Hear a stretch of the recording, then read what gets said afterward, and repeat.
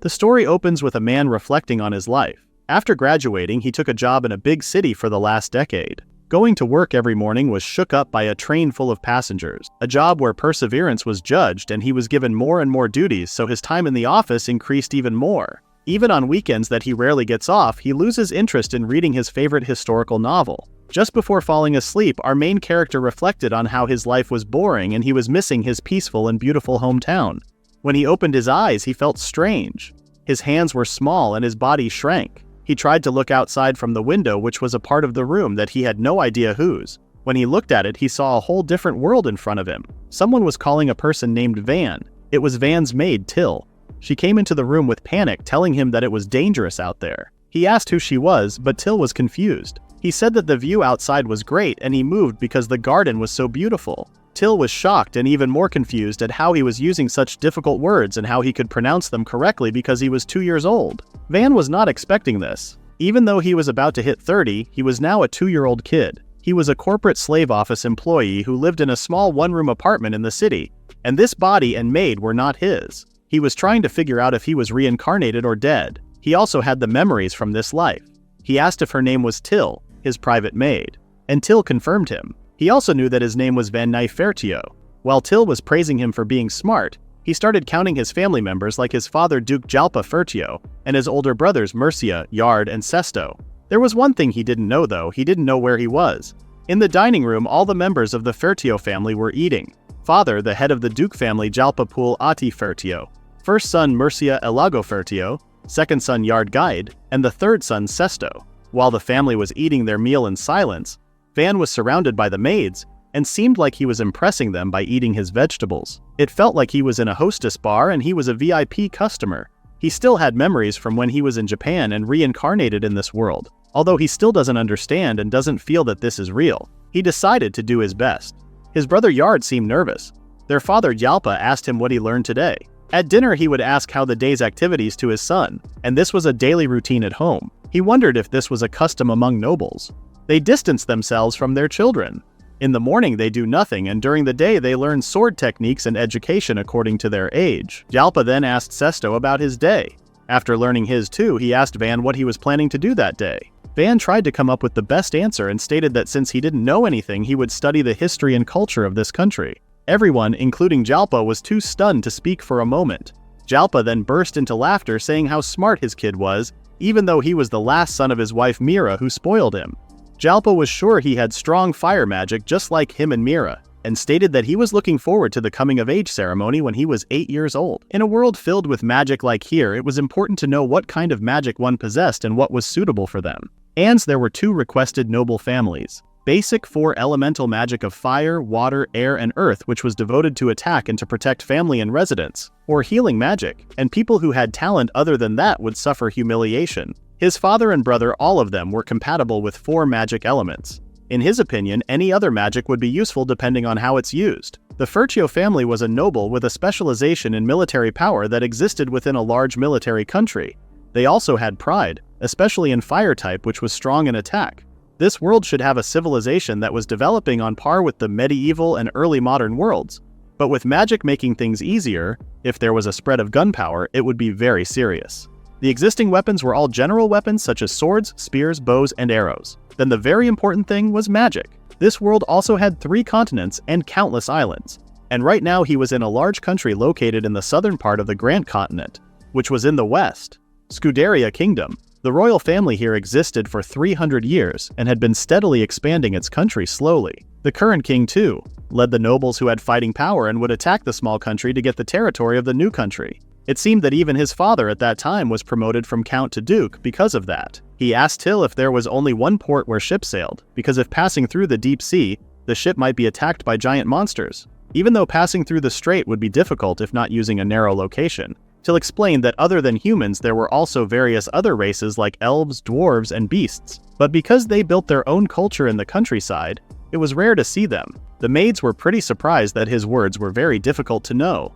One of them asked if he wanted to take a nap, and he said that he was asking those because he wanted to know a lot. He wondered if they were tired. As they said they were fine, Van continued to ask about the magic equipment. Till stated that some magic stones, minerals, and crystals could store magic power, and it could make magic tools based on magic compatibility. After he learned about magic, he decided to ask the main question to Till later, which was prodigy. A 49-year-old butler, Esparta, came and asked how far he had remembered. He knew Van was 2 years old and he learned easy letters and numbers. Esparta had been serving his father for many years and he seemed capable. He had not spoken to him until that moment, which made him a little bit sweaty. As he was having trouble answering him, Esparta repeated his question, asking what he remembered so far. He said that it would be okay if he asked him because he couldn't write. He asked him what was 2 plus 3 and he gave the correct answer. He then asked him to subtract 2 from 7 and Van gave the right answer once again. After a minute of silence, Esparta stated that he would be teaching Van himself twice a week from now on. This experience was like hell for Van. What he was teaching him wasn't something a 2-year-old learns, and the learning material was also too much. Esparta was shocked at how genius this 2-year-old boy was. Even though it was pretty hard, he could now read and write and could learn many things such as the noble system, territorial unification, and rules, but he was still trying to understand what a 2-year-old was supposed to do. He learned various things all the time during those 2 years. With a wooden stick in his hands, he was even trying to learn swordsmanship. It felt like he was playing with Maiko in the tatami room. While playing with Till, she wins their battle, and the other maids seem upset that she dared to win against Van and ask him to punish Till. The punishment idea sounded good. Till started to panic, as usually doing something like that would be a huge deal. But Van just flicked her forehead. Even though training was only half a year, every day he learned sword techniques, and after passing the age of 5, he was able to fight by matching the older apprentices called young warriors. With a fairly easy rule, just by hitting the opponent first with a stick, he was the one who would win. And unexpectedly, he was quite deep into it because it was so interesting. As he had participated in lots of different combat sports like judo and karate, he combined those with his sword technique. He would win against his opponents. However, since his opponents were children, the attacks were monotonous after all, and he neither had the skills nor had experience to win against Van. Unlike his brothers like Yard and Sesto, Van was talking to the low-caste people, and they seemed to like him. Deputy Chief of the Knights Group D came and wanted to ask something. He wanted to see his hands. D noticed that he had no peeling skin. His hands were so soft and his nails were long. Van didn't seem to understand what he was doing. He said that although he practiced every night, there was no evidence of that. Van said that he was not practicing at night because he was very busy studying. When he was free, he would practice, and he also liked his sword. D heard that Esparta issued an order to make him study 3 times more than usual. Van now understands why there were so many lessons. D was just excited that he would be the one teaching him about the swords. D said that Van should prefer the path of the sword as he had a natural talent and offered him to do training based on his body. He seemed so excited and proud to be the one who would make Van the one swordsman in this kingdom. Seeing his serious face, Van stated that he loved both studying and the sword, so he wanted to learn both well. There was nothing D could do, so he accepted. Van asked him to teach him kindly, but that was a big lie. He made him practice to almost death and didn't let him rest even a little bit. Even when he found a way to rest, he suggested he rest while squatting. Van considered him as a devil, but after this statement he was sure he was just a big idiot guy. Till came and praised him for fighting every day. Even though it was hard for him because he was reborn, every day was so much fun compared to his old life. The satisfaction he never felt in his previous life, and in his current life, he became the greatest noble family. He was dedicated to enjoying a pleasant life like this. 3 years later, it had been a few years since he was called a prodigy. Suddenly a man was going to swing his sword at Van, ending his lovely life once more. The next chapter starts with us looking at Van's 6-year-old self, that is, 2 years ago. He recalled one of the days he spent out. He thought there were many kinds of people where he lived. He never got tired of seeing that crowd. Van was thinking 6-year-old had lived on Earth for almost 30 years, and still had memories of it. In that world, he was reincarnated as the 4th son of a noble family, and was called a prodigy. Every day he received lessons and training in swordsmanship like it was hell. It looked like 12-year-old child soldiers could not beat 6-year-old Van. He could learn things like adults learned, which was clearly too quirky. Van's personal maid, Till, told him that he was able to master swordsmanship so cleverly like he was a genius. That way, she said, maybe he could catch up with his brothers and become the head of the family. In politics, the weak would fall prey to the strong. One of the strongest should have been the head of the family, but Van's life this time was completely different. Money, status, honor, power would all belong to a family head. Therefore, while having a very promising sibling in the future, as he thought, trying to kill to prepare faster was a sight often seen in aristocratic society. And fortunately, Van could not say that he was on good terms with his brothers. He thought they would not hesitate to kill him. In other words, regardless of whether he would actually become the head of the family or not, if he stood out, he would most likely be killed. At that rate, he wouldn't be able to enjoy his life in peace till he wanted to go to play outside. That was why he would change from being a prodigy to an ordinary child. He had decided to become a player, and for now he thought he would start with shopping. Van went to Marie Company, which was a large company with branches all over the kingdom. Van told Till that it was big like Costco. Then suddenly a man was coming with a child's hands tied and yelling at him. The child was wearing ragged clothes. Van wondered what was happening. The man who held his son's rope told people around that it was not a show. The man said he was free to do anything to his own child and his debt was in his name, so he came to sell him as a slave. According to the law of slavery, there were only two types of slaves allowed, namely slaves for debt and slaves for committing crimes. However, long ago in poor families, the children who were left and not fed would be sold as slaves and used as living expenses. The father said he used him for the debt transaction system, and he made him a debt slave. Van understood that the reason why he could not take his eyes off and make a sound, even with such a terrifying appearance, was maybe because slavery was quite common. Everyone was used to seeing that kind of scene, which was actually a very bad system for Van. Then a woman noticed Van and asked him if he might have been the son of His Majesty. Till said he was that famous prodigy.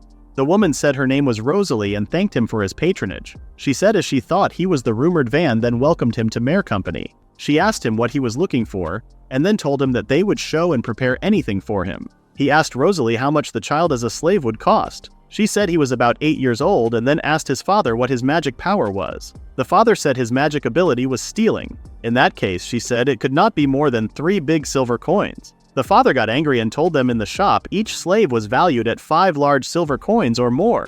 He said a slave could last a long time, it was only natural that it was more expensive. Rosalie said any shop would buy less than half the selling price even though that kid should only be given 3 big silver coins. She said if women were to be multiplied, men and their small bodies were of no use. Including the maintenance costs, it would have been cheaper. While the father was getting angry, Van told him to wait and then asked him if he was his son, to treat him gently. The father told him to shut up and to not butt in. Rosalie also got angry and told him to not be stupid. She told him that they didn't need to buy it. She asked if he wanted to sell, even if it was just a lie to that kid. The father said they all always fooled him. He had no intention of selling it to her either. He pulled his son and told him that they were going to another shop. The son was really hurt. Suddenly Van stopped them and told them he would buy him 5 silver coins. He was trying to be calm and was thinking he had a feeling that if he just got carried away, the child would be killed. The father asked Van where the money was. Till told Van that she only prepared gold coins. Rosalie told Till to exchange the money inside and wanted them to leave it to her. Rosalie and Till went to pay the father. Meanwhile, Van was trying to talk to the son. He asked him if he was all right and if he could stand up. He told the son that his name was Van and then asked his name. His name was Kamshin. Van told him now he was free and could go wherever he wanted. Till asked Van if he bought the child as a slave, however. Van just thought that he should have helped him. Till was afraid that his father would do something to him, so Van thought if he got lost alone on the road it would be troublesome. Moreover, he didn't know anything, and Van could not be that irresponsible. He asked Kamshin if there was somewhere he could go. Kamshin was silent, and then he asked him if he wanted to come to his house. He said he thought there was some work he could do to help out at home. One of the other boys told Van that he would be allowed by His Majesty to bring an unknown child into the mansion, unless he took him as his slave. Van asked him if he was okay with that. Kamshin nodded his head and said okay. Then Van told him to have a look at the clothes first, and from now on, as they would be together, he wanted them to dress up cool. Rosalie told them before that they had to make a slave contract first. Rosalie took Kamshin's hand and then a mark appeared on his hand. Rosalie said it was the mark of a slave contract and only slaves would be marked unless the contract was broken. She was a contract magician. She said as for the contract fee, this time she would make it free since that was his first visit. Van thanked Rosalie and she was shocked that she got thanks from a noble. Rosalie showed them the way and assisted them. Rosalie asked Van at first if he wanted to choose clothes for Kamshin. Van took his hand and requested him to come and buy some clothes for him. He was kind of surprised. They went to a store and Van took him to a good part of the store. Van chose a side and didn't think clothes like that would not feel weird. However, Rosalie told him it was made of very good cloth and then showed him another one and told him that one was generally used by slaves. Van said he didn't mean to see him as a slave and the outfit he chose was pretty good for him. After that, Van said he would go to buy some underwear and shoes too. Rosalie thanked him and told him that there were nice shoes to match the outfit. Van recalled the day and thought that was the situation on the first day he went out. He bought a slave. Now he thought everything would be fine. Then Kamshin came to Van and told him that Deputy Commander D was looking for him. Van handed him a cookie and asked him for that, telling him that he was not there. However, Kamshin thought he might have already found out, then took the cookie and ate it. Van realized he was not wearing gloves. Kamshin told him that was not necessary. Van asked if he felt bad when people looked at it. He said it was a sign of bonding with him. It should have been shown instead.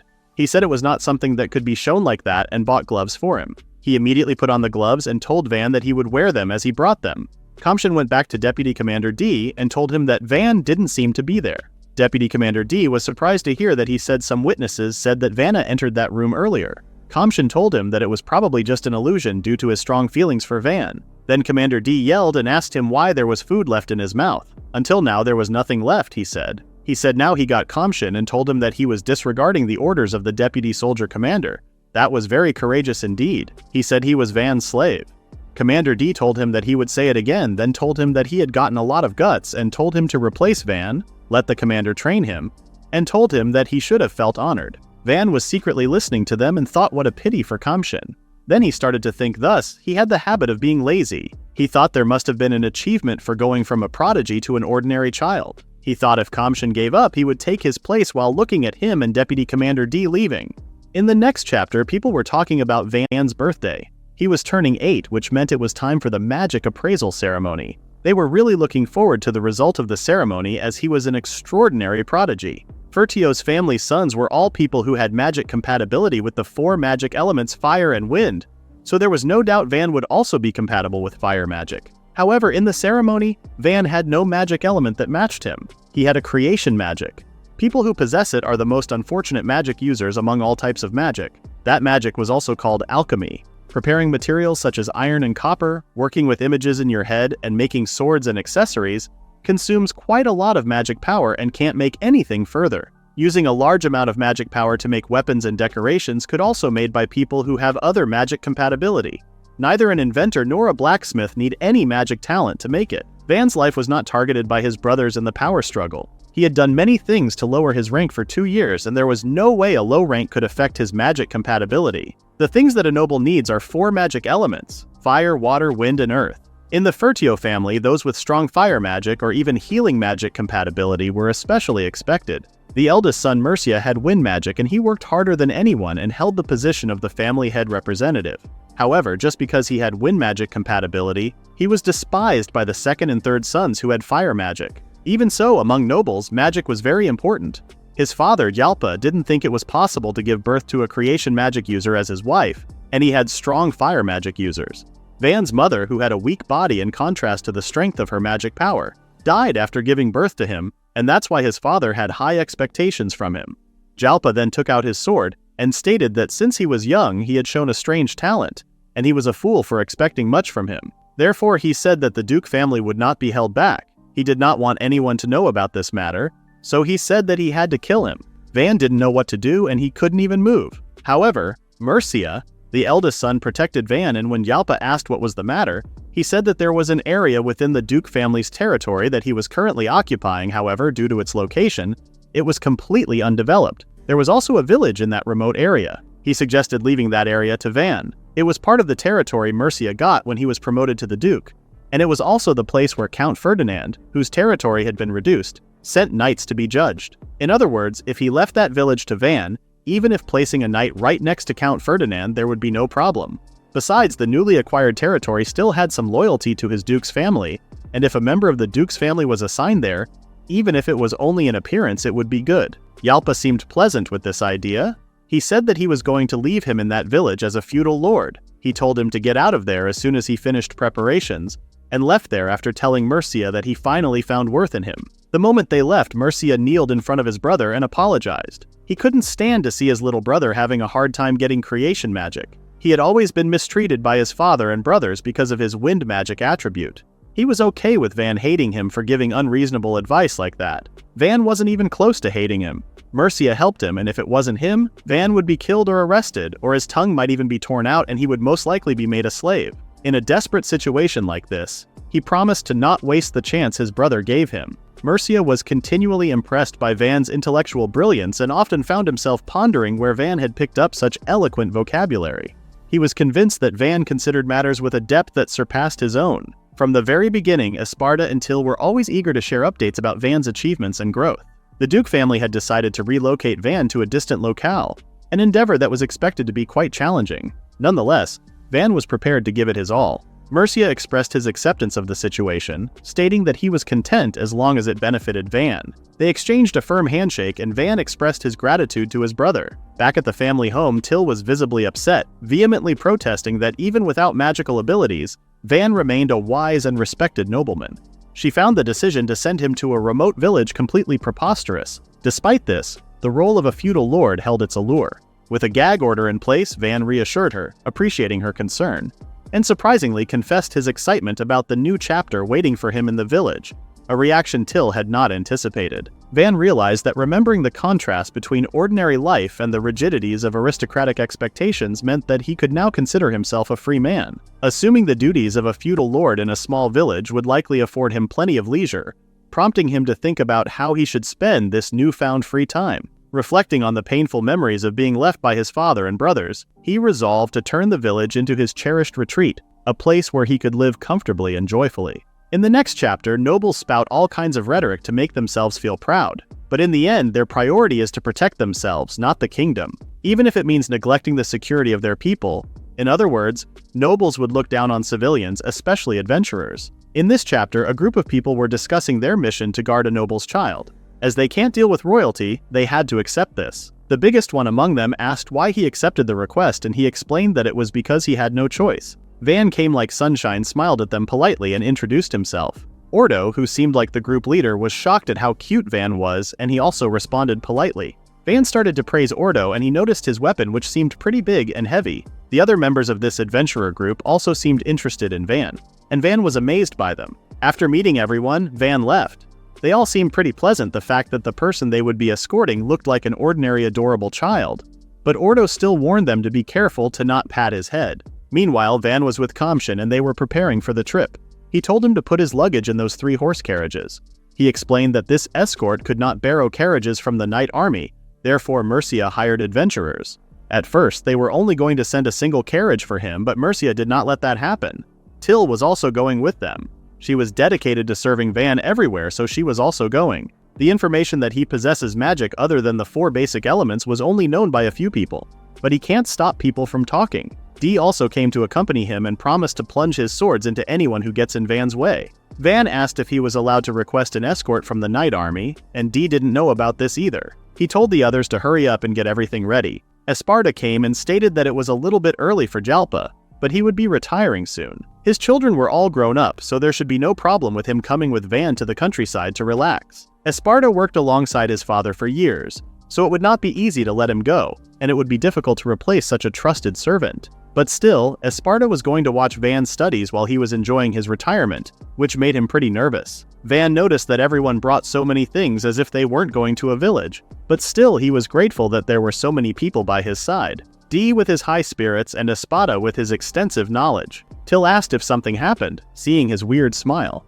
Van smiled like a normal person and then stated that he was just glad everyone was coming with him and thanked them. Till mentioned that many maids like her wanted to join him, but only she was allowed because she asked Mercia for this chance. She said that Mercia seemed to be busy and didn't talk much with the maids. Yard and Sesto don't treat them properly, but Van was different. He used to greet them every day. He gave them treats, and when they cleaned, he would come to help them. The maids who participated in sword training also liked Van. Van felt embarrassed and told Kamshin that if he didn't like it, he could just stay in the kingdom. The slave agreement could be changed or cancelled, and if he asked Mercia, he would grant it. Kamshin told Van that he had decided to devote his life to him forever. Van got super embarrassed, so he tried to joke around asking him if he liked him that much, but Kamshin responded with all seriousness that he liked him and adored him. Now it was time to go. Van was thinking that his dad wanted to get him out of town without anyone knowing. He had to erase his existence as much as possible. He thought he spent a lot of time in that town in the last 2 years, but now, it feels lonely. While they were about to leave, a girl approached Van and called out to him. He said she was the daughter of a guard he had met several times. She asked Van if he was going somewhere. He asked where she heard it. Then the girl pointed to something, and when Van looked at it, he saw a man was behind them with his horses, which he thought was so embarrassing. The soldier said, as per instructions from Mr. D, they would be sad if Van left town like a thief on the run. He said at the least they wanted to give him a proper send-off. The soldier told Van that Dee was sleeping in the carriage, so when he was awake, he would let him know. Then Dee awakened and screamed that the 4th prince of the kingdom, Van, was there. He ordered people to clear the road to let him through, and if any officer asked permission, he would check up on him.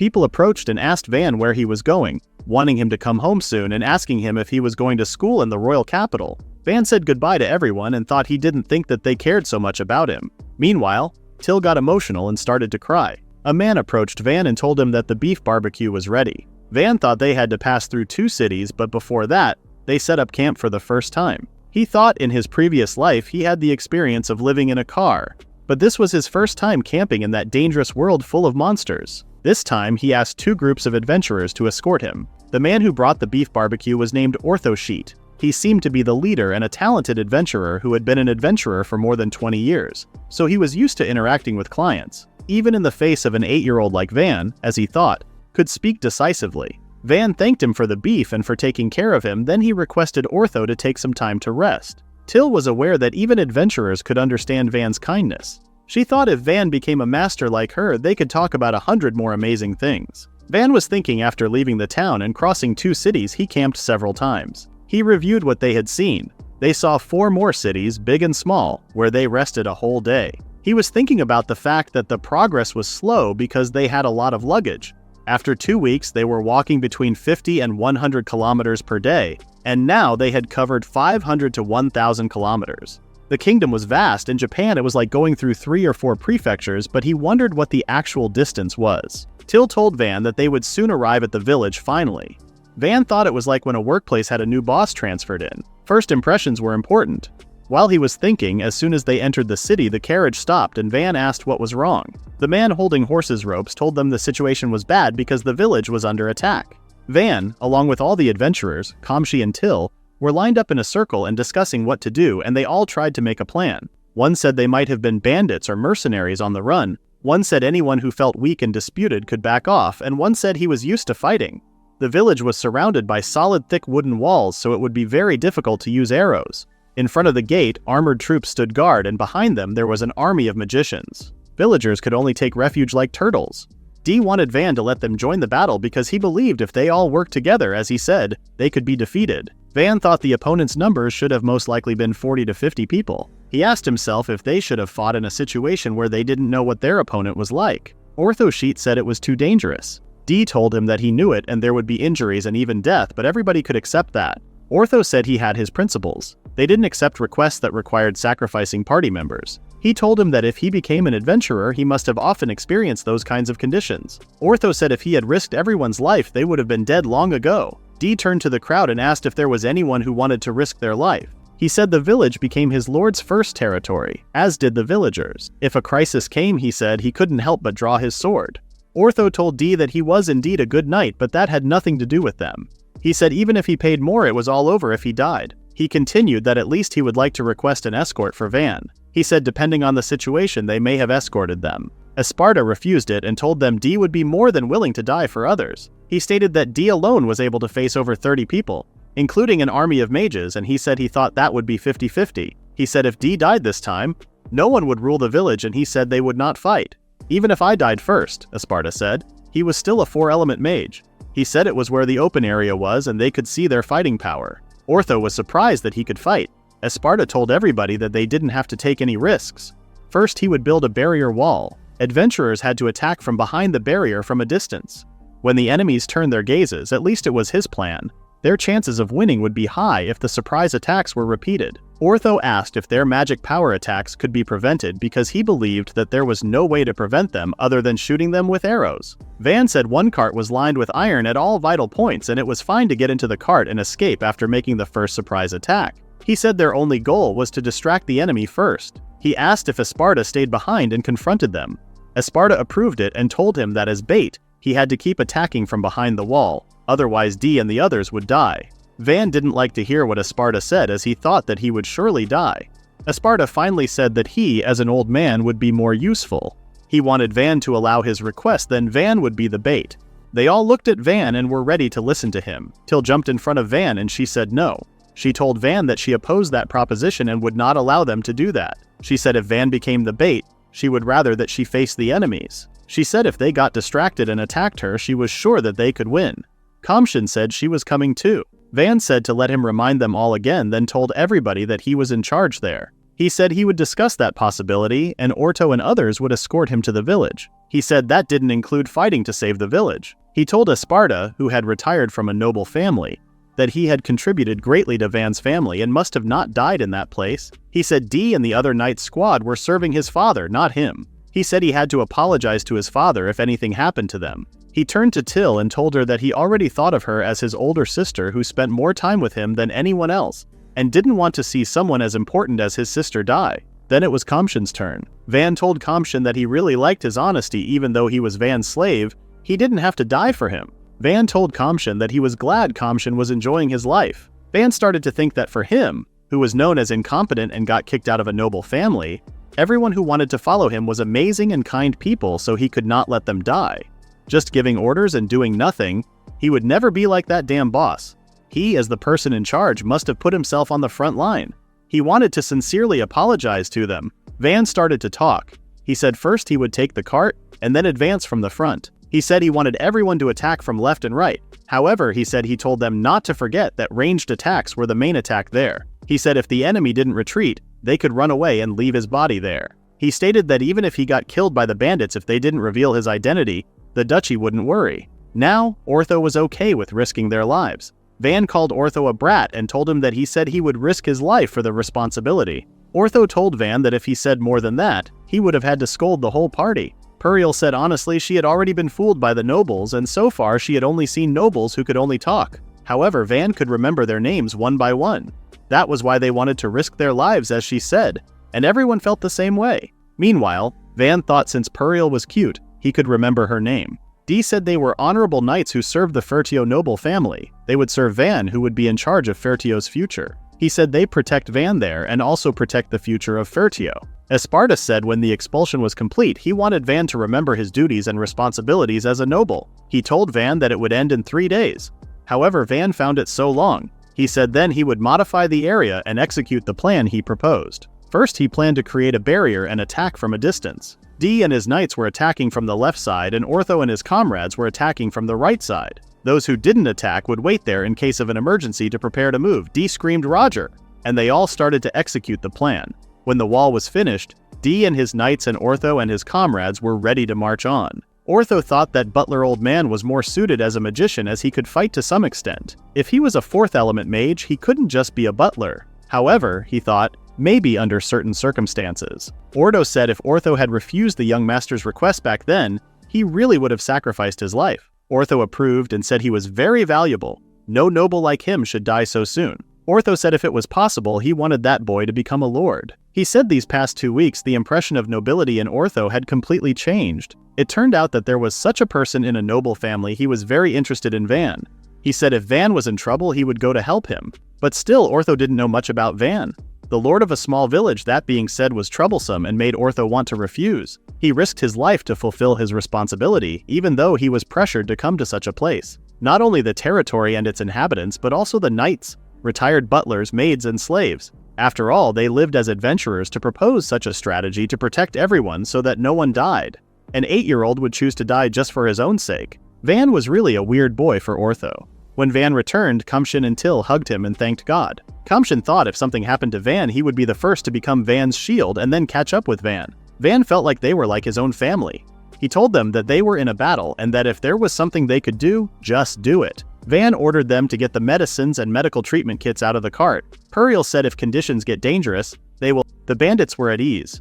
The surrounding villages and settlements were falling apart and the attack on that small village was about to come to an end. While the bandits were planning what would they do after this attack, one of them got shot by an arrow, and it was from a wall behind them. Ortho and Dee were attacking at the same time, and Ortho was pretty amazed by Dee. The way he swung such a big sword with ease proved that he was the deputy knight commander of the Fertio family. The opponents were now terrified. They tried to run away and Ortho started chasing them until he noticed that one enemy was coming to them. He ordered everyone to stop him, but the long-range squad couldn't see the enemy coming because of the wall. He screamed that the enemy was coming, but it was a little late. Now Puriel was against the big guy. She had to use her magic, but she needed at least 10 seconds to start using it again and she couldn't make it. She was sure that she was going to be killed, but Van and Kamshin came. Puriel tried to explain to him that he was not an opponent that children could face, but they didn't listen to her and attacked him. After countless attacks, the enemy was defeated. Van stated that there was a chance the other opponents would attack here, so he told them to watch the front, while Puriel was trying to figure out what the hell was wrong with this boy. After a while, some of them managed to escape, but the attacking squad had been cleared and nobody got hurt. They got the best results. After that, Ortho explained that this request would be completed if they got half of the guest fee. He was a little interested in something other than the money, so he asked if he could stay there a bit. The others had to refuse this because they had to work in the next territory, and this request ended here, but they would come back again. However, there were a few who wanted to go with him.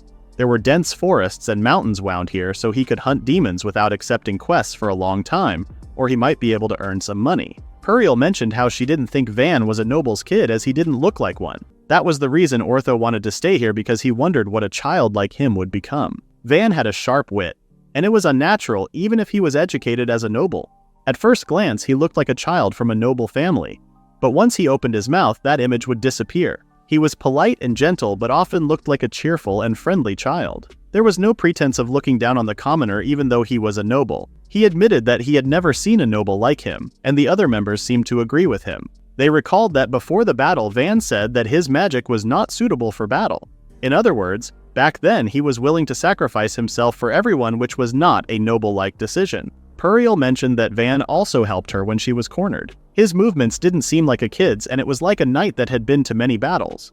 However, this kid wasn't even 10 yet. He was mysterious, but was better than any noble they had ever known. Ortho wanted to see what the territory would be like if that became a lord. He asked his team if they were also curious to see that, and they were all okay with it. Till was bothering Van, saying he should let Kamshin go first next time. Kamshin was brainstorming that he had to become even stronger. Puriel came and apologized for interrupting. She commented on how Van was making girls cry even at his age, but Van responded that he tried to be sincere with her, especially since she was important to him. Puriel asked him if he was an elf because their children don't age like they look. She was still having doubts about what to call him as he was a noble even though he didn't act like one. Van responded that Till took care of him since he was a baby, and he thought he must be a human being. She then asked where he learned how to use a sword. He pointed at D, saying that he was directly trained by that person, even though he wasn't very developed. He was trained to be stronger than himself. She then asked if his knowledge and wit came from Esparta, and Van confirmed her. Puriel then kneeled, stating that she could keep her life thanks to Van's actions and his sword's strength. She was much obliged and she would never forget this gift. Van smiled and stated that it was not a problem. Puriel thought it would be a big problem if it was because of a noble's charisma, but here they were. An adventurer had won over an adventurer's heart. Esparta informed Van that the villagers were gathering around the entrance. That was Van's first meeting, so he wanted to make a good impression. In the next scene, villagers were gathered, and Van introduced himself to everyone. He said that he was sent here by the Lord of Foltio, who had recently been ruling this territory, including this village. From now on, he would rule this village. The elder of the village, Rhonda, came and expressed his gratitude for helping this village and their people. Van mentioned the rumors about the owners and soldiers in this village who don't take command. He said that he wanted to protect this village, so henceforth he was going to be in charge. He hoped for their understanding and help. Ortho found this too formal but did not say anything. Rhonda invited him over to his house as an answer to his kindness. When they went inside, he explained that there used to be 150 people in this village. Half a year ago last month, the village was attacked by bandits. So now there were only 100 people, and today was the third attack. Van asked why they have become a main target for them in his opinion. He said that it was probably because the border with the kingdom of Gerona was close to the village. The Knight of the Border Guard used to patrol the border during the time of Earl Ferdinand, but now that the Lord had changed, the border had been abandoned. In short, the village was threatened because it now belongs to Lord Feltio. Van said that the former ruler Count Ferdinand had supporters in every town. It appears to his father, Lord Feltio, appointed rulers only for the larger towns, and the situation of the small villages was still unknown. Putting them aside, a small village was a village that did not need to be protected, and it paid almost no taxes. Van stated that from now on, he would keep them informed, and there was no point in complaining, lamenting, or criticizing the state of this country. Even if they don't believe it, it doesn't change anything. Son of Rodgamalaga seemed angry after Van's words. Van told him to sit down as he spoke on behalf of this village while thinking how this village had no future with a person who had such a temper. Van mentioned that the founder of the kingdom, King Berlineth, might have left a flaw in the law. A silence continued after his statement. Esparta coughs to encourage him to say something. Van felt a little bit afraid, but he was still dedicated to ruling this village. He said that nothing can be changed by complaining about the laws of the kingdom and how it would be, but this village had them. There were 3 definite measures. First, they needed to create something of value that the kingdom couldn't ignore. Second was making money and hiring mercenaries regularly. Third, they were going to rebuild and develop this village themselves. The woman in there stated that they had also thought about this, but none of those could be accomplished so easily. If they were in such a remote place, even if they sell wood or stone, it would be impossible to make a profit. But because of their poor education, it would be difficult for them to produce handcrafts of varying value. And if so, they would not be able to make a profit. Van said that he knew it had not been easy for them, but now he was here, educated, and he was going to do everything he could to defend and develop this village. But he didn't get the reaction he expected, so Esparta interrupted. He said that Van had been entrusted with the management of the land even though he was 8 years old. But many people considered him a gifted child for this reason. Dee added that he, as the leader of the knighthood, had come to serve them faithfully, so he wanted them to allow him to join their troop. Now they seemed pretty impressed and emotional by their words. They then asked if Van possessed the 4 elements, but Van stopped them, saying that he had none of that, so they should not be expecting any combat power. First of all, they had to fortify the walls so no one could get in. The fence was strong, but it was made of wood and it was not resistant to fire. According to Espada, the stone would remain solid as long as magic was active, but later it would just be a lump of earth. Van told him to use the stones to reinforce the walls. He was sure they could make a solid wall in time. They also could use a moat and it would help keep the outlaws out. Dee volunteered for this job. He encourages the others to make some traps and prepare to attack from the wall. They would also need bows and arrows or stones, which were easier for the villagers. Van then went outside and told everyone his plan. He also promised to do his best for the development of the village. He said that even if he was a child, he had people behind him, and if the enemies came, they would fight. At the end of his speech, he realized that he looked like a politician. A man wanted to ask something. He asked what was going on with the taxes. They had been paying 30% on crops and monster skins and fangs. Van decided to make it 10%, and if it was not enough, he offered to pay it once. The villagers were shocked at his offer. He said that it was important to have a stable life. There were instances where people sold their children because of their debts. Some of them were also worried that the bandits would come back soon and wanted to call the knights, but he said that the message would take 2 weeks, so it was too late to call for help. They wouldn't even come because of the distance. The village people were angry that they would abandon them. Van understood their anger, but at present, he stated that the Marquis had neither the budget for the knights to defend a vast territory. Even if they could persuade the knights, they would be too few to help them. They needed 200 men. He asked Espad to build a wall behind a wooden fence, and he did it without questioning. The villagers were amazed. He said that they needed their help now more than ever, but if they joined them, this village would endure. They didn't have enough housing, so they rested in the wagon. Rhonda wanted to give up on his house, but they couldn't put him out on the street. Until now, Van had never complained that he only wielded production magic. But recalling the memory of them being disappointed because he had no combat power was indeed bitter. He had tried to appeal to them, but the villagers were skeptical. He had to earn their trust for the success of the village and a happy life. He promised himself that he was going to protect the village and make it a good place for people to live. In the next chapter, Van, Dee, Esparta, and Rhonda were discussing. Van stated that if the enemy did not attack them, they could make the first attack. Usually from the walls, one's attacks with magic bows and arrows. Esparta responded that from a low wall, the attack wouldn't be that effective. Rhonda mentioned that they used to use spears to attack through gaps in the forest fortress. Dee responded saying that enemies were in the same position now and they would be able to stab them with spears again. Van said the word catapult. Rhonda didn't know what he meant, but Esparta stated that the catapult was a siege weapon, and they couldn't use it to defend themselves. Dee explained to Rhonda that a catapult shoots huge boulders, but it was hard to tell where they would fall, and it takes time to recharge the catapult itself. However, the fortress walls and observation towers were big enough, so they could be easily destroyed with them. The range would be greater if they threw a box filled with small stones, and if they aimed it at the gate, their attack would be much more effective. Van also suggested putting bottles of oil and a torch in it, to set the ground on fire, which would make their offensive even stronger. Esparta asked curiously who created this mechanism, and apparently it was Van. But they didn't believe his production magic at all. Van didn't fully understand it himself either. On his way to the country, he often used it to learn how to freely change the shape of stones, wood, and metal.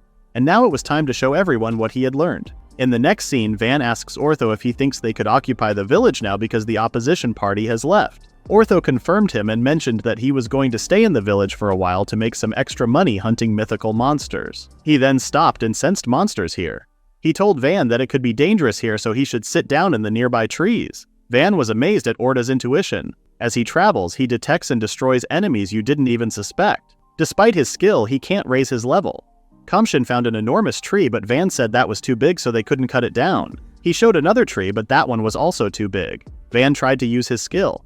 He couldn't imagine the shape clearly enough, so if he used magic, the new shape would be strange and fragile. The production magic was not easy to use. If he imagined a small part of it, he figured that he could be able to do what he wanted. At the bottom of his stomach, it gradually became warm and the power reached his fingertips. The image had to be as small as possible and detailed. He had to imagine even the fibers of the trees, and if he could, they would intertwine with each other and the cords would be able to form a tight knot. He felt like he had succeeded.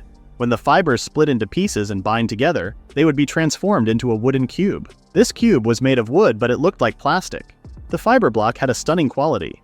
It was stronger than wood under any treatment, so they were going to make a lot out of these blocks. Then they were planning to process it later after moving it to the coach first. Puriel came and asked if he collected wood. It was lighter and a lot harder than Ortho thought, which made it harder to break. Van told him to try breaking it to see how strong it was. Ortho hit the block repeatedly to break it, but there wasn't even a single crack on it. Van wondered which one was harder, the rock or the wood. Van was just happy that he found something very useful. At the carriage, he noticed that the magic power was depleted. Till asked if it had implications. He heard that magic was complicated, but it had logic. But looking at those things he created, Till noticed how skillfully crafted they were. Van was still trying to figure out how magic works. He has to imagine an entire weapon, its metal, its razor-sharp blades, and its shape. He created a sword and gave it to Kamshin, and he was so amazed that he promised to make it his family heirloom. He also created an axe and gave it to Till. He noticed Till's face and wondered if he didn't like this weapon. He seemed upset as he worked so hard on the axe to make it powerful so it couldn't be scratched or broken. Till tried to convince him that she loved axes and even hugged them. Van seemed convinced and was glad that she liked it. But on the inside, he actually knew she didn't, and promised to himself to make her some jewelry next time. He wondered if his magic power would improve the more he consumed. He then had an idea to use this unusually. In the next scene, they were pretty amazed at Esparta's skills. When Ortho stated that the butler was a good magician next to Van, he was a little flattered that they put him on the same level as Espada. Puriel found him a little strange. This kind of mage was usually attracted to the army, and if he was an adventurer, he would be top-ranked. Van was just glad that he followed him even though he was about to retire. The future was as important to him as the past, and he hoped Espada had a happy old age. While he was thinking positively about him, Espada approached Van and stated that he was growing up, and now, as a lord, he have to take the responsibility and the weight of the title. He panicked and started to explain to him that the most important thing now was to strengthen the village defenses, and he promised to reinforce the gates while Espada dragged him. He stopped and asked how he was planning to do that. D came and he was willing to pile up the stones. Being annoyed that everyone around here was acting stupid, Van stated that he was here to do something with magic. D noticed the mistake he made and told him that he admired him. They tried to convince Van that no matter how hard he worked, he couldn't do anything with magic. The gate was made from wood, so the process was similar to making ordinary wooden blocks. His only concern was the weight. The weight was the key to defending against the enemy. That was all they had got for now. Then they were going to make a heavy gate out of metal. Van concentrated and created an enormous gate that left everyone in shock. He told Ortho to cut this door with his sword, saying that it would repair itself. He wanted to test the power of the wall. Ortho used his all strength to cut the gate. It was indeed a powerful hit, but it only scratched a little. Van thought the wood was not the appropriate material, but the others immediately tried to object him. The next day he woke up from his sleep annoyed because sleeping in cramped quarters with only a sleeping bag was uncomfortable. He couldn't even wash up properly yet. On the way, they stayed overnight in camps and wagons. Even when they arrived in the village, they had to sleep in the carriage. When he went outside the carriage, Till and Kamshin greeted him. He was fine, but Till, Kamshin, and the others were much worse. They were too exhausted, and this situation couldn't go on like that. Before they start defending the village, they need to provide it with food, clothing, and housing. He decided to try to make a home. He told Kamsin to fetch the wooden blocks.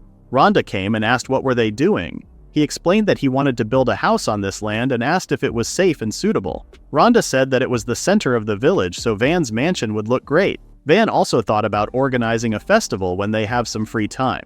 He was strong enough, but he was still not sure if he would be able to build anything more than a house. For starters, he created 4 supporting beams, and then he would decide on the size. He had to pretend it was a wire and put it on the ground. The thicker the column, the better. Then he needed the floor and the walls, and only then could the roof be assembled. He pictured it in his head, but it seemed a lot bigger now. They needed interior walls. He used up all the blocks, but the house was done. It had a kitchen and a toilet, 1 big bedroom and a smaller one, and there were still 2 small rooms left. He had to use something with them because otherwise Espada would get mad. He put shutters on the windows. He would have to ask the dealers about the quartz sand. The house was done and was pretty big. Espada didn't think it was big. He actually thought it was a bit small, but it's still the biggest mansion around. It also didn't look like wood at all. Everyone was so amazed by Van's power. It was interesting magic, but he still thought strong attack magic was much bigger because the villagers should feel behind their lord like a stone wall. Till tried to object, saying she would rather live in his city than the Marquis of Jalpa. Espada stated that he was right when it comes to war, but in times of peace, people want a ruler who would make their lives better, and he can't think of anyone better suited to that role than him. The others came, and especially Dee was shocked. He couldn't believe Van built a house with magic in just a few seconds. Van mentioned that if they get more wood, he would be able to build houses for everyone. Dee ordered his men to get the food and use wagons if they needed it. Van actually had never seen anyone work with this much of a speed. Even Ortho was hyped up about this house, and he was willing to do the chopping. He also told everyone to not let the knights overtake them. Van was still confused because Ortho lived in the countryside, so he didn't need a house like that. After a while, Rhonda came with the villagers and mentioned the information that Van knew how to build houses. The people started expressing their house problems to Van just like Van thought. It was not going to be just one house. He regrets telling Dee about this, but he could see that the people had some pretty shabby houses. He eventually decided to do it and told them to get in the line and he would give them a new home. If his magic could make these people happy, he would have no choice. Espada and the villagers were building barricades. He, along with Mr. Ordo and the others, were logging timber. Van took Till and Kamzin with him to build houses. He had already adapted to his power, so he could quite handle building these kinds of things. He would also want to design his own interior. He felt like he was doing someone else's orders. And it depressed him because it brought back memories of the period of corporate slavery. But once he started, he couldn't stop. Dee was still amazed at how great Van's store of magical power was. It took a lot of knowledge to build such a stunning mansion. The buildings were grouped into 4. The alleys and streets were arranged in a grid pattern. This type of building was called a building block. The houses of ordinary people were built uniformly so that there was not much difference. That was enough for now, but when they had the building stone, they would rebuild the houses individually for each family, although they were already very grateful for Van. They bow and offer their products as soon as they see him. In addition, he also erected a small and simple bathing house near the mansion. He actually made it for himself, but was still glad that the others also liked it. Pluriel used her water magic to purify the water, and her retro alternative to heat water with fire. Pluriel and Till asked Van to come with them to take a bath, but Van panicked and got embarrassed. Even though they knew him as an 8-year-old child, he was actually an adult in his 20s. He eventually took his bath alone and then went to his room, which was empty. It would be sad to use sleeping bags indoors, so he hurried up and made beds for everyone. At least he would make simple bedding out of the hay and straw the locals shared. Now that he was sleeping in a comfortable bed, he was happy. After a good night's sleep, he woke up and had a delicious breakfast with Till. It was so nice to have breakfast in his own home and have a carefree laugh with sweet Till. However, Espada informed Van that they needed to find a way to generate regular income. Currently, they come in once a month or so. From what he had learned, their only contact with the outside world right now was through merchants. Espada sounded so serious even though he had an omelet on his mustache. He didn't want to decide this at breakfast and felt a little annoyed at Espada. He stated that he could manage the house, the furniture, the clothes, and all the other household things. They have plenty of provisions. He was thinking about focusing on building up their defenses, but they didn't have any spices, as Espada said. He also mentioned that they didn't have the ingredients for his favorite sweet-baked goods. Van was furious after hearing that. He decided to make something for sale in this village right now and asked for ideas. Kamzin suggested wooden blocks made by Van, but it was overruled because he was the only one capable of making them. Till suggested going on a monster hunt and getting some useful materials, which Van found overruled again because Otto and the others hunt as it was. But what the hunters got was their one. It was not the property of the village. In that case, Espada said that the solution should be to sell the harvest, but given the peculiarities of this village, there were difficulties, and it was not a way to generate income in the short term anyway. They had to think which way would be best for them. Zara was sure that Van was in love.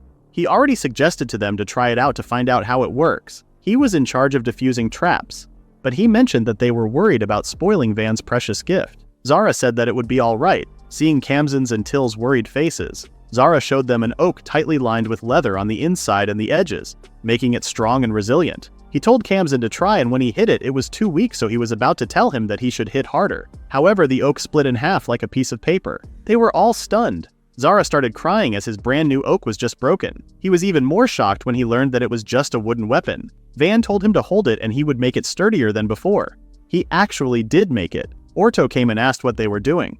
Seeing Van there, he asked if he thought they could sell this one. There were quite a lot of powerful evil spirits deep in the woods, which was probably because of the Wolf's Mountains.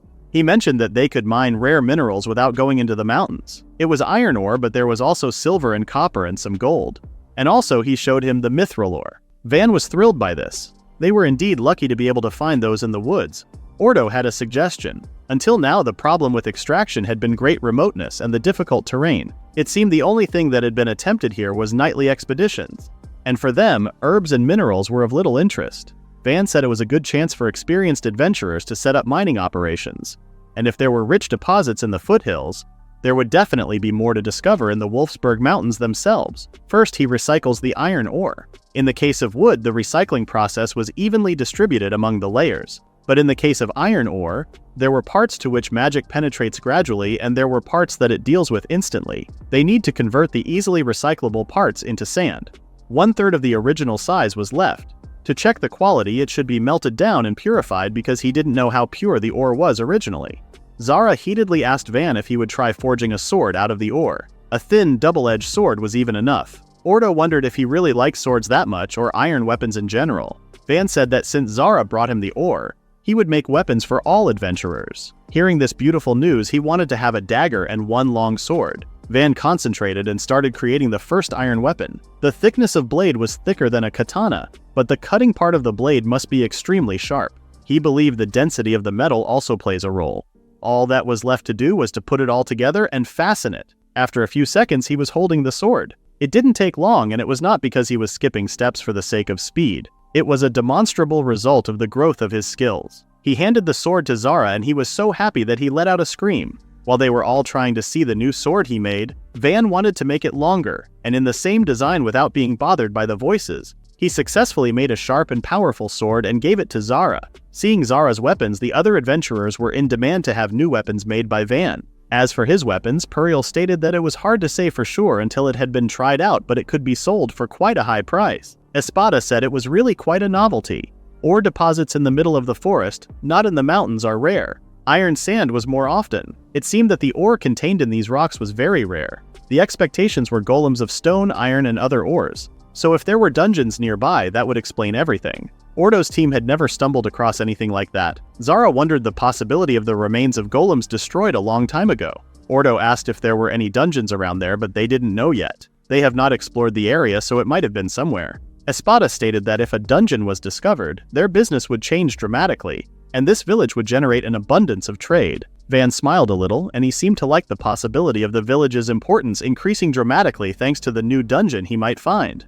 Dungeons were a real treasure trove of resources. Most of the weapons, jewels, and other artifacts of the country were obtained from the dungeons. They were therefore important. Members of the Adventurers Guild were obligated to report to the guild if they ever found a new dungeon. The guild that receives a report of a new dungeon has the right to open a branch in the nearest settlement. Discovering a new dungeon was a great achievement for an adventurer. It was a good opportunity to make a name for yourself. You could even get into the circles of the best adventurers.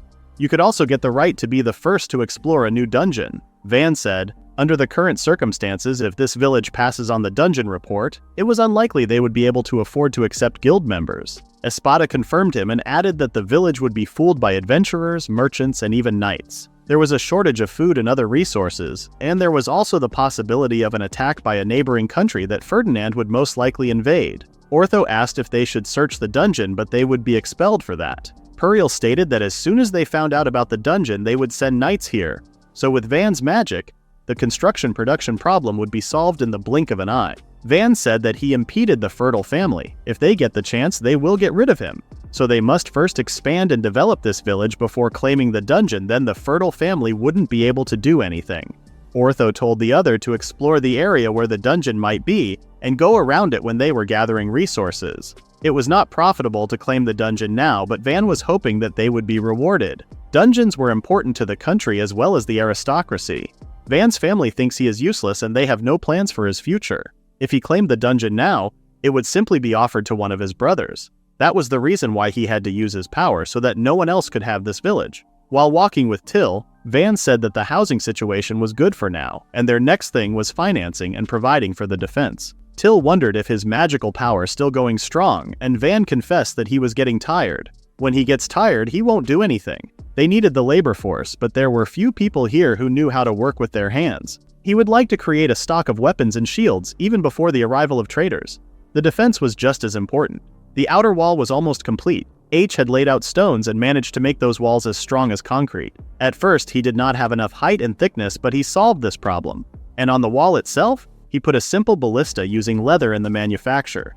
It was equipped with a big shield at the front, letting them fire huge bolts without fear of enemy counterattacks. He placed towers around the perimeter of the village on which he also installed ballistas. Till went to get dinner, and when she left, Van thanked Kamzin. However, he noticed something was off, so he asked. Kamzin said that he just brought him the stones and he transformed the village so easily.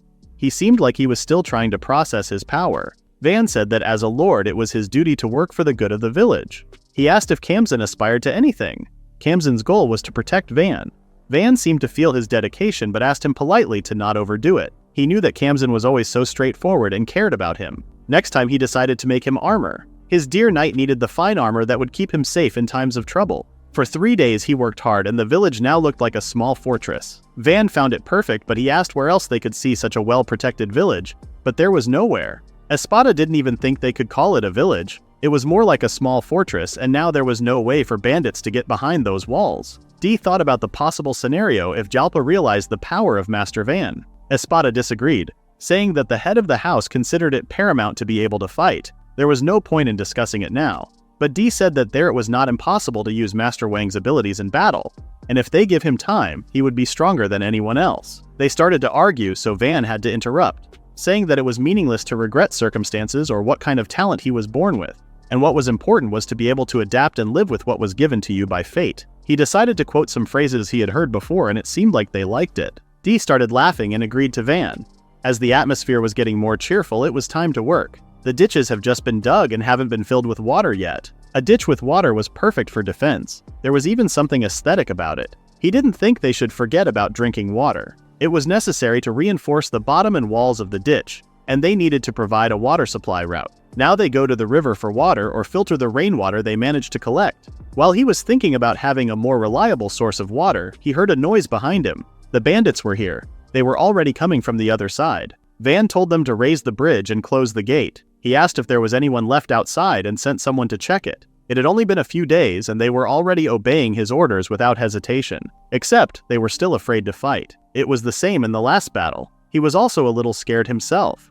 As a lord, he couldn't afford to look scared. He acknowledged their fear and stated that it was possible that some of them would suffer.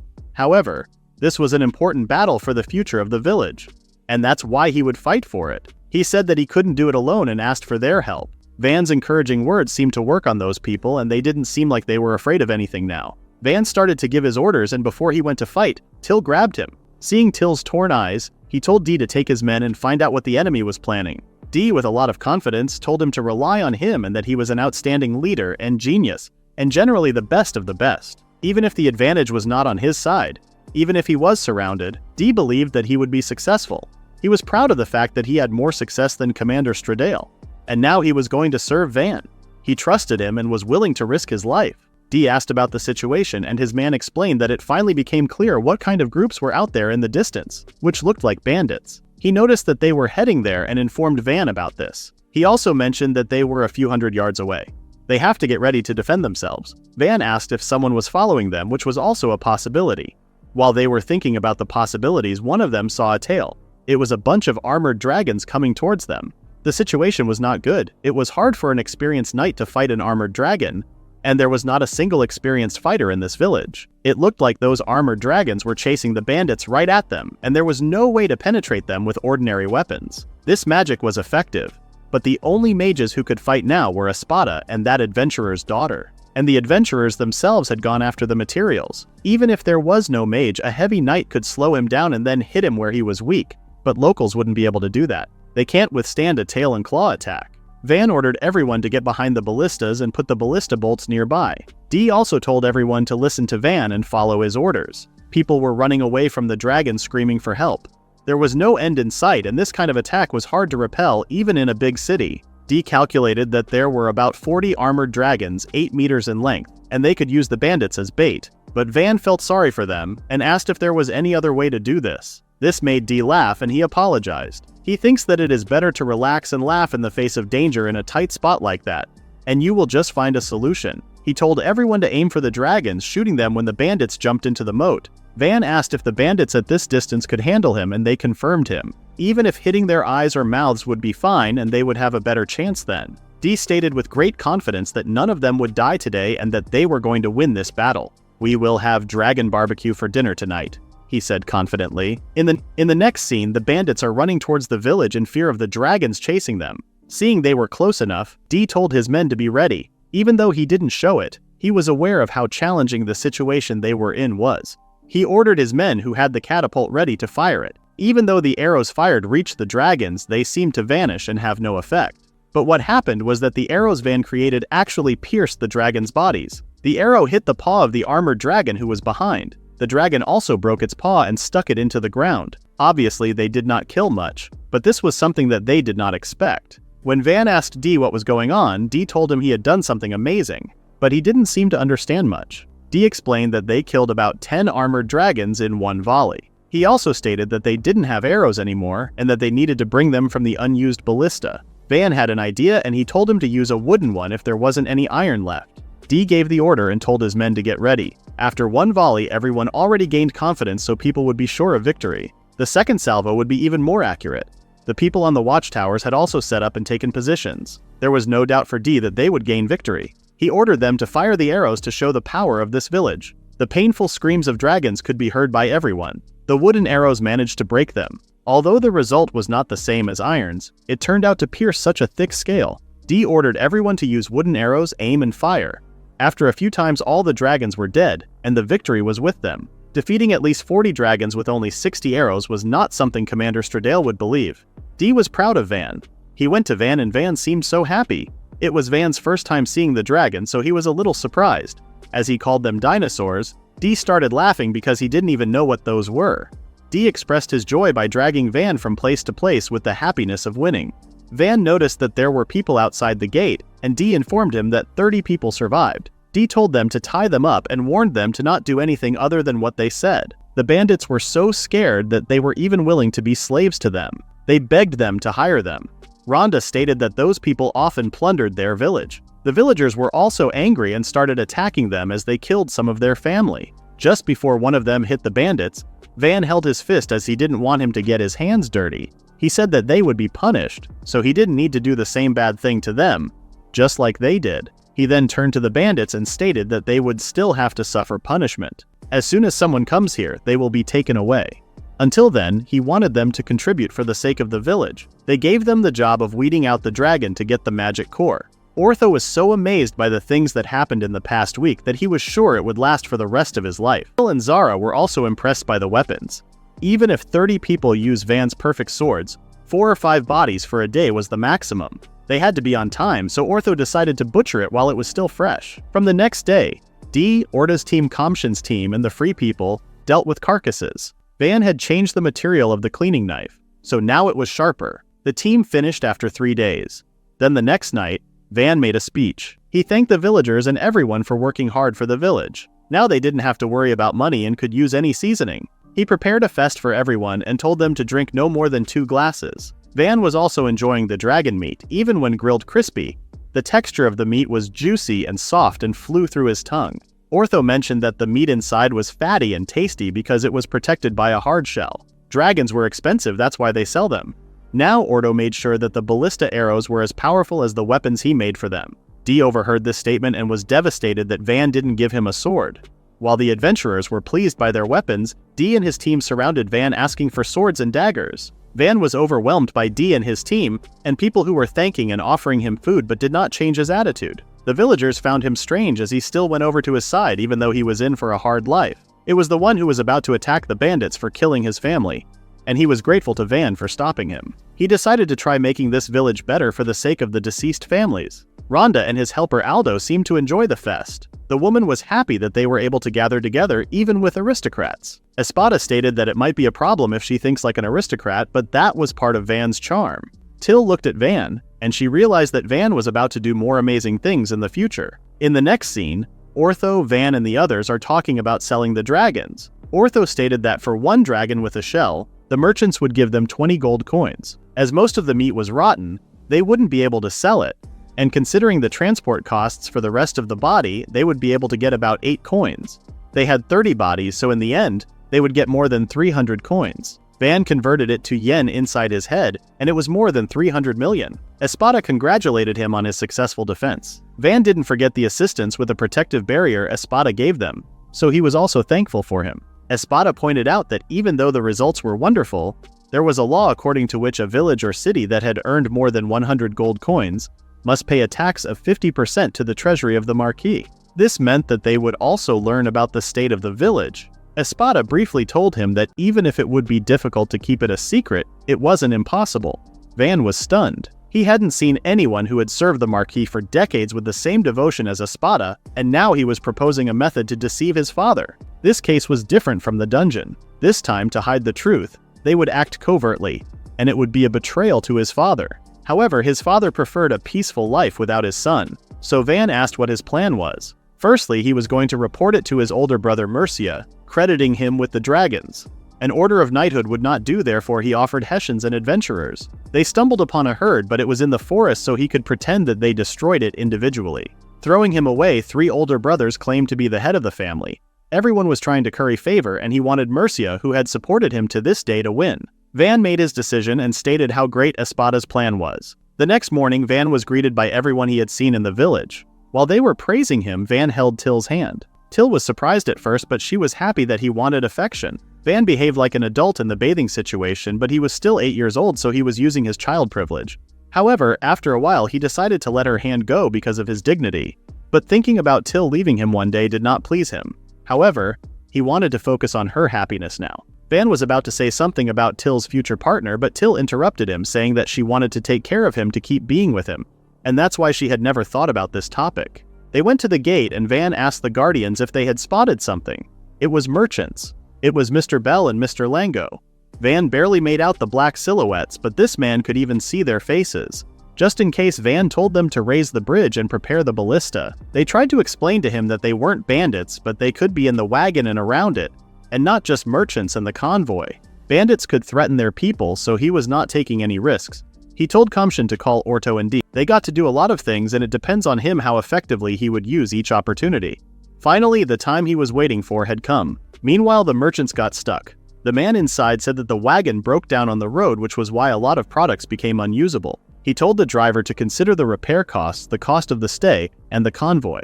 Even after returning to the Hashimura, they didn't get a lot of money from the seller. The bald one called the man who was speaking, and he asked if it was Hashimura.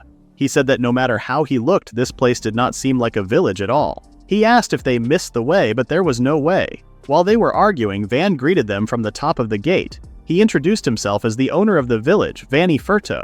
He said that if they were really a trader, they must list the name of their trading company and their names, and if they were an escort, they must state their position and names. Hearing his name, the merchants were a little nervous. The two weren't really sure, but the bald one stated that their stronghold was the largest city, so they saw it several times. It was definitely him. The driver was shocked at how young Van was. He knew geniuses were shunned, but not so much that the Marquis personally sent him to the border. They started introducing themselves. The one who used the carriage was Mary Bell, a merchant, just like his brother Lango.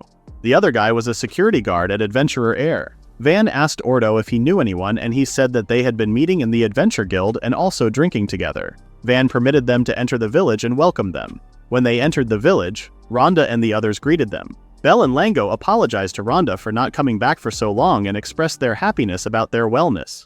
Van came and apologized for the detention. He introduced himself once again. He asked quickly if they could sell them dragon shell parts, and they both seemed pretty excited because even adventurers hate to fight such strong beasts. The brothers were about to sob from happiness. Van offered to take them to the warehouse. When they arrived, Bell and Lango's jaws were on the floor after seeing 23rd meter steps of material from armored dragons. Van explained that they pacified about 40 dragons with shells and arrested about 30 people. Then they thought about leaving these people to help move stuff. He also stated that their wagon was restored. Processing the situation here, Bell stated that they have to call people for trade as soon as possible. He asked Van if they could wait until they do something about it within a month, and it was fine for Van. He also mentioned that they didn't need to think about it at the moment because it was time to eat delicious meat. Bell figured that this amount of meat would be too much for the consumption of the village, which meant it would rot. So he asked if Van would mind if they took the meat to the neighboring village for sale, and they could reimburse the price. Van asked if the neighboring village could afford to buy such meat. Belle said that this was a poor village, but this year, after paying taxes, they probably wouldn't have any savings left, and they asked them about products. Food in the village must be running out. If they give at least some of the meat for free, it would help somehow, as Belle thought. Van said that they were going to give it for free. He said that even though Belle was a trader, he didn't think profit was the main thing for him. Belle was amazed by Van's sharp brain. He mentioned that they would also pay him a good price for bandits. In this case, their profit would be almost non-existent, but at least it was a paycheck. Van thanked him and told him to come to this village in the future, and he promised him a deal he wouldn't regret, such as good quality armor. Belle seemed surprised once again, and asked if he also bring a blacksmith in addition to a highly qualified draftsman and carpenter. Van answered him with his cute smile. When he showed them the armor he made, they were indeed in shock. Belle hadn't figured out the intricacies of the advantages and disadvantages of weapons, but as an exhibit, it was excellent. Ordo gave him a dragon skin to test it, and it cut off with no problem. The Guardianaire was thrilled and wanted to buy them. Belle also expressed his surprise about so many amazing possibilities that Van offered to him, but he unwillingly stated that they can't get that many. It was okay with Van, and he told him that he could always buy it later. They continued to walk around the village, and Van showed them the new things he did in the village. After that, they gave them delicious dragon meat. Belle asked if merchants come here once a month and added that he could talk to the trade group and increase the number of visits to 2. Van mentioned that they needed some supplies and sake. One good meal was enough to make the villagers more cheerful. In addition, he ordered an advertisement for their weapons if possible. He figured that those brothers were thinking about an exclusive sale, which was a good thing. He said if 2 people always trade along the same route and organize themselves to sell weapons, they would soon reach their village. They could come up with ads, so the more they sell, the more they get. Hearing this, the brothers seemed interested. Van said that they should open a village shop. If it were possible to negotiate with the owner of the enterprise or traders or with anyone, it would be great, as Van said. Belle and Lango were overflowing with happiness after hearing the idea of a stable income and the opportunity to have their store. Van was even thinking about building a house for them. If they agree, the shop saves him time because he wouldn't have to negotiate with various merchants. Besides, it would be the first shop here. The deal was beneficial for both parties. Belle told his brother to go and discuss the proposal with the boss. Before they left, he said to Van that he would work here in a store in this village until things got better. They shook hands, and the negotiations were a great success. After that, Lango with the adventurers left the village fast to convince the Chamber of Commerce to get them labor and materials. What will help convince the Chamber of Commerce is his sword, the skin of the dragon, and the magic core. He also asked him to send his brother Mercia a letter which would give him all the achievements. Besides, near the village entrance, he builds a shop for Belle. Belle was sweating and crying out for happiness. Van explained that the first floor was the shop, the second floor would be a place to live, and the underground would be a warehouse space. He tried to do the same as the instruction that Belle asked. Belle did believe in his powers but did not expect him to have this much power in the palm of his hands. The products must be done within 2 weeks, so the deals with Belle's shop are done for now. In the second half of the day, they went out from the village to the river. After walking for a while, Till asked if he was tired, but he told everyone to keep moving. Kamshin was moving in front of them to clear the road for them. The trust was that Van wanted to show his care and kindness to everyone, but he couldn't maintain his strength because Kamshin was strong. The way from the village took an hour, and then in front of them was a long and beautiful river where they had to get water. With that, the construction of the water supply had started. Espada, with the help of his magic, dug tens of meters in an instant. When he takes a break, D, Kamshin, and the other guts dig on their own. He followed everyone behind and strengthened the walls. The amount of Espada's magical power could be a surprise. D was also working with dedication even though he was almost 40. Till commented on how hard their job was considering the distance between the river and the village. But without water, they wouldn't be able to survive. The job was hard, but he thought that working together to reach the goal was great. In addition to the barrier, there was a satisfaction that one cannot enjoy alone. If living conditions were improved, then life itself would become better, and it would be easier for merchants and other people to come here. That was his goal for a comfortable life here. After 8 hours of digging, he could finally see the village. It was supposed to take about a week, but their pace was amazing. Van told them to stop for today. Espada and D seemed surprised because if they kept up, they would reach the village after a few hours. Van told D to look at Abu, Lu, and Kamzin. D thought he found a good training method but agreed with Van. It was really scary to see demonstrated the hidden strength of the older generation and veterans.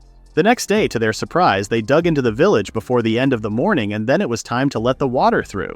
Van thanked them for their great contribution. They opened up and the water started flowing with a wave of great peace. Children and villagers were very happy when they saw the water reaching their village. Rhonda also seemed happy about the time and effort savings they made. But to drink this water, they still need to filter and boil it, and for this they needed a special instrument. Lou came, and apparently he was interested in what instrument Van was about to create. Van suggested creating together with him, and he accepted it immediately. The filtering machine was made of branches, leaves, sand, soil, stones, and clothes, and would be located at the end of the canal drawn towards the village. The water coming out of there would be stored directly in the metal gear. The required amount of water would be drawn from the tap installed under the water tank and moved out to the boiler. And the fire for the boiler kindles itself with a fire magic crystal. Lou decided to go to Bell and get info if he had them in the shop. Kamshin came and informed him that water filled the space. Van was satisfied with the result. He wondered if there would be flooding if the water level rose due to rain. Espada seemed surprised that he noticed it. He said that essentially depending on the volume of water, the channel was widened and embankments were built in those places where it often floods. But those waterways required ingenuity. The water did not have a place to go out. Van needs to make sure that it can return to the river if it overflows or makes a lake behind the village. Returning the water to the river was a good idea for Espada, but he explained that the idea of creating a lake could be wonderful. In times of lack of precipitation and there was no water coming from the river, the reservoir was priceless. Van wondered if they would be fine if they had measures to prevent flooding, and Espada confirmed him. A lake must be built 200 meters from the backside of the village. This was a forced, urgent project before the rains came. In 3 days the lake was almost done, and he wanted to put a spillway or something like that, but he needed to think about how they would use it in practice. So far, Van was just a happy boy to have a large amount of water. In the next scene, Van was nervous and grumpy. He woke up even before the sun rose, and apparently many people including Rhonda were in a panic. Dee and Espada had already headed to Lake Van, which Van had no idea who named it. Till explained that the lake was called like that in honor of his merit and to preserve the legacy for future generations, wherein the village changed its name to Van Village. Van didn't have a good feeling about this. He felt like it was not quite right. Before they discussed this issue, one of the villagers came in panic and told him to come. Van and Till immediately headed to the lake. It looked like they were going through the passage from the backside. When they arrived at the village, lots of people were gathered in worry. Van asked what was going on, and they showed him the thing inside the lake. It looked like there was a person inside the lake, looking at them. In a deep forest in the river, there was a mythical animal with perfect blue hair. They were half people, half mermaids, and they were called Abgaloo. Van had never heard of them, so Espada explained that they couldn't see them so easily, and that girl was Abgaloo. Van asked her name, but there was no answer. It looked like she didn't understand. Van told Till and Cam to bring some meat and fruits. First, what they needed for a relationship was food, as he thought. The girl slowly approached them, and everyone held their breath. After smelling the food, she asked if she could eat. Van was so surprised that he accidentally scared her out, so she went away once again. He apologized and asked her to swim back. He offered the meat and the fruits, and she started eating. After tasting the meat, she frowned and asked who caught the dragon meat. Dee, Ortho, and everyone else stated that it was Van, even though it was actually the ballistic. After hearing that, the girl swam away and disappeared, leaving everyone in shock. The next day, Till busted into Van's room screaming for his name. She said that there was a message from villagers about the attack, and everyone was panicking. Hearing the word attack was enough to wake him up. While he was wearing his clothes, Till explained that she heard the enemy already occupied the water channel. Van didn't expect them to get close, but he was sure they would leave after they saw their ballistics. His sleep was disturbed, so he was grumpy. However, when he went outside and looked at the enemy, there were lots of Abgaloo looking at him. Yesterday there was a child, but today there were men and women of different ages, but all of them looked younger. The most aged one among them wanted to talk to Van. Van feared him, so he asked Dee, Ordo, and Espada to come with him. Bell was also there and informed Van that Abgaloo brought some rare things, and customers say that business with them was huge, so it would be a great idea. He wanted to take a closer look, so Van let him go too. They went down, and the man who wanted to talk to Van stated that his daughter was grateful to him. He said that he heard the boy defeat the dragon, and it looked like it was true. The other Abgalis seemed surprised. They wondered if he was a powerful mage. They also seemed to notice there were strong guys close to him. The man admitted that he was a brave human. He said that he accepted the marriage between him and Lada Priora. After a moment of silence, Van expressed his surprise, unlike the ones who completely froze behind him. He had so many questions in his head, such as what the hell this man was talking about, who was Lada Priora, and what the hell was marriage. The man, apparently he was the father of Lada Priora. Lada Vesta asked if he didn't accept it. Van asked where she was, and she was the one who played with her friends. Van asked how long have he been talking about marriage, as she was still a kid. Vesta said that they were the Lada race and they hadn't spoken with people before. But the last time their river became a place for dragons with Shelled, Their teammates died, so they were looking for a strong husband for Lotta Priora, who would like to save them. Van now figured that they were just looking for strong people for their safety, just like aristocrats using marriage for political things. Van stated that she must marry the guy she loves. He also stated firmly that they would protect them without marriage. In this case, Vesta stated that they would live with their son-in-law and asked if he was the owner of this water. Van said that he was not the owner and asked if they could move on to the lake because there were bridges, and if there would be guests or merchants they could scare them. He then realized that he called him his son-in-law. He tried to explain to him that he didn't accept the marriage, but they were already going, and Priora called him his husband. Espada stated that he was lucky that he got a friendship with Abdallah, but the first wife of Van was Abgalu. Till was okay with it if it was Van's choice. But even if he didn't accept it, the husband's revolt failed. Abdallahs were enjoying their time in the lake while Van was wondering if he needed to take a look at them as the owner of the lake. Following this through, he builds 2 buildings similar to Feelings as a place to relax. Thanks to the roof and walls, they could safely spend time. Van was happy that they liked it. Espada hadn't heard that the Scuderia were buildings of this kind. Van had a store of knowledge that even Espada didn't know, so this was impressive for him. The villagers started to contact Abgalu and share grain and meals. Suddenly, people began to talk about the fact that the Ingalls began to bring ores. Their friendship was getting better and better. Van decided to build one more wall, more powerful than the previous one, so big that it would be able to fence the lake and fortify the village for Abgalu security. Espada stated that it would be nice to build fixtures in a decimal city for future development. Van asked if it would be big to build a city for 10,000 people. Looking for village progress wouldn't be enough, and if they built a wall, they would need guards to protect it. So his advice was to build for so many people, but the territory will be smaller. He wondered what would happen if a variant was better with 1,000 or 2,000 people. But Espada did not agree. He said that he would need to spend more time on it later, and that was something he needed to consider first, and it would not happen. Espada is stubborn, and when he speaks his mind, even his father cannot speak back to him. Espada continued to explain to him that ideally, the length of each part should be at least 600 meters, considering that it would contain fortifications, houses, and bases in various guilds. The time for the wall build would start in the future when you will have enough people. Now we can build a wall in such a form that would like to upgrade in the future, Espada said. At the moment, Van was looking for a variant with a non-square fortified city. Espada said that there were a lot of times when the mage was able to push through one point of attack, and the square city was the most effective variant due to the simple way of defense. Just like a star-like city, it was a triangular part that even if you defeated it, you wouldn't be able to get to the city. The road connected to the city wall but could be separated from the wall side. Afterward, they didn't need to hurry and attack corners before they reached the main part. Even if they ignore them and try to destroy walls, they would get concentrated attacks from 3 sides. It was a form of strengthening that was created on the earth when guns were created, but it would work in this world of sword and magic.